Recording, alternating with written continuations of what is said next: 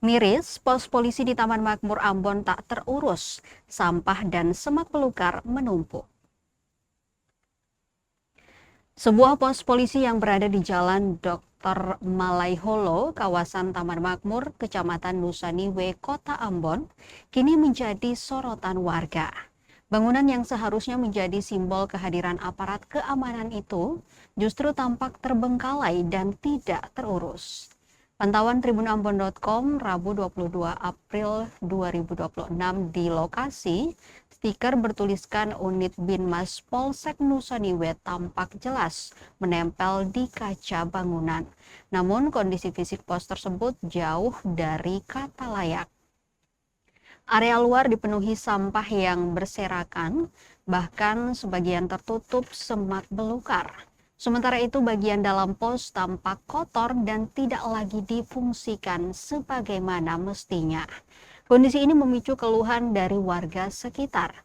Mereka menilai keberadaan pos polisi yang kumuh justru merusak pemandangan.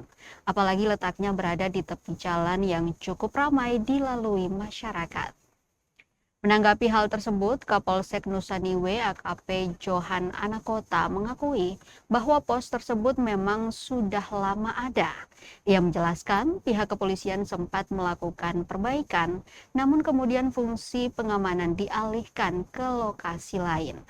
Ia menyebutkan penguatan pengamanan kini difokuskan di sejumlah titik yang dinilai lebih rawan, yakni di kawasan Air Salobar, Kudamati, Karang Tagepe, hingga Pantai Wainito. Selain itu, keterbatasan jumlah personel juga menjadi pertimbangan dalam pengalihan fungsi pos tersebut. Terkait status lahan pos polisi yang kini terbengkalai itu, Kapolsek mengaku belum mengetahui secara pasti.